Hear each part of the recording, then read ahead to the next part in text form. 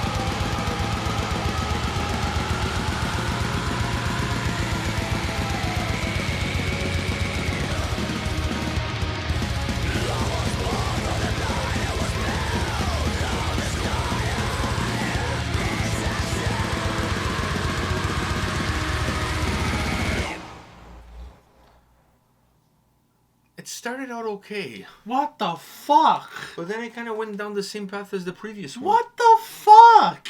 What? What the fuck was that? I feel like I went on the wrong side of the internet, and The wrong side of the internet. You went on the dark web? I went on the dark web, and god damn, what the fuck? Dude.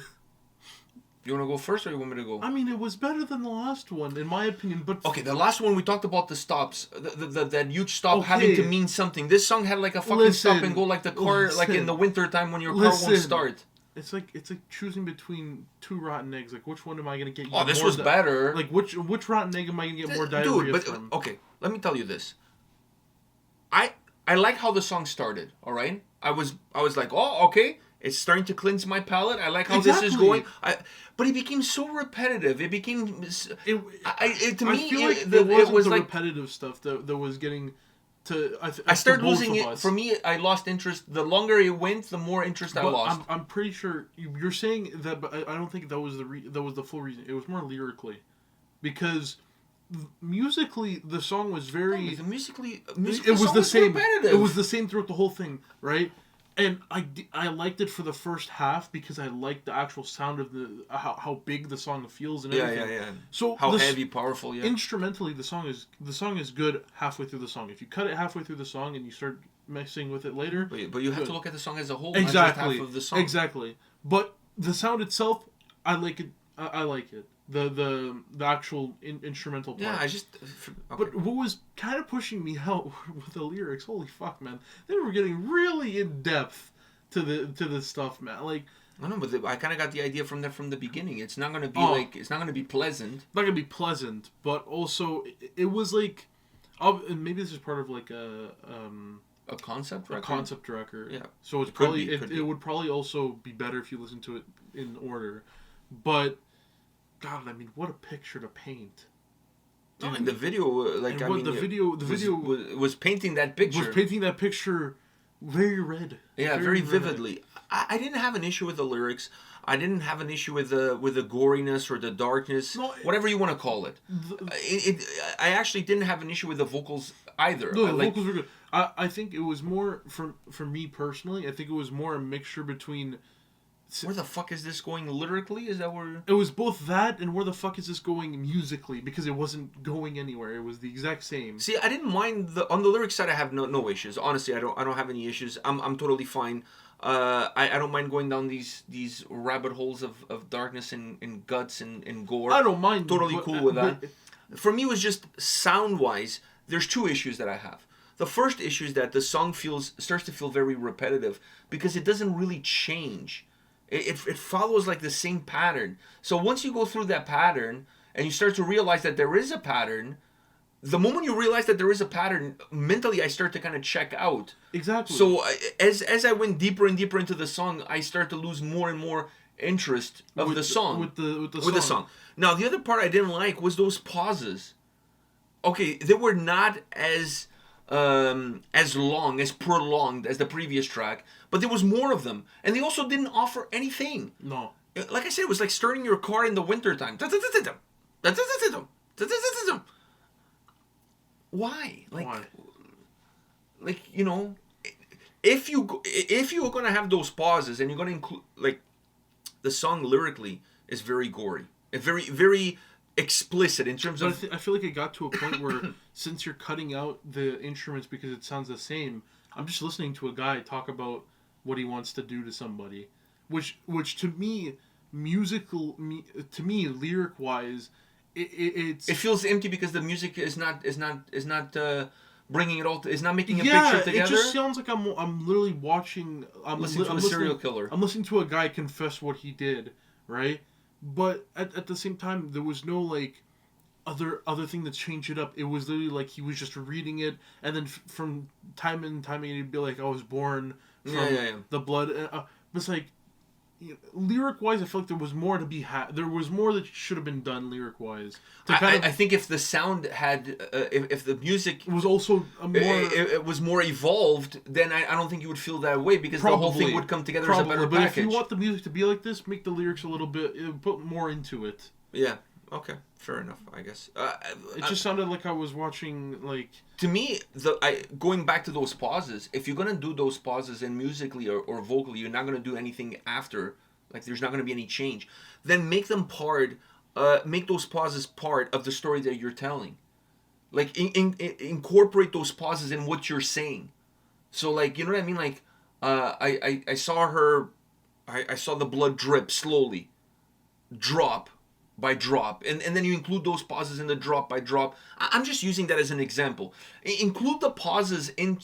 If the pauses are not going to have an impact on how the song is going to move, at least make sure the pauses are included into what the lyrics are saying, so that those pauses make sense. Yeah. Do you see what I'm saying? It's like if you're listening to a song and the lyrics say, "I opened the door," and then there's a pause.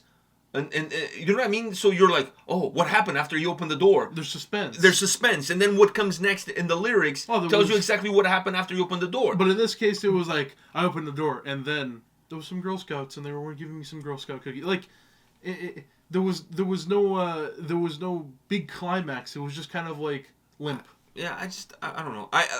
It started off really good, and as it progressed, I started to kind of checked out more and more as it progressed. To be honest with you, I know this is going to throw you off here, but I actually like the opener better than this one. The other song. Yeah. Oh, it's hard to choose. Like I said, it's like choosing between two rotten eggs.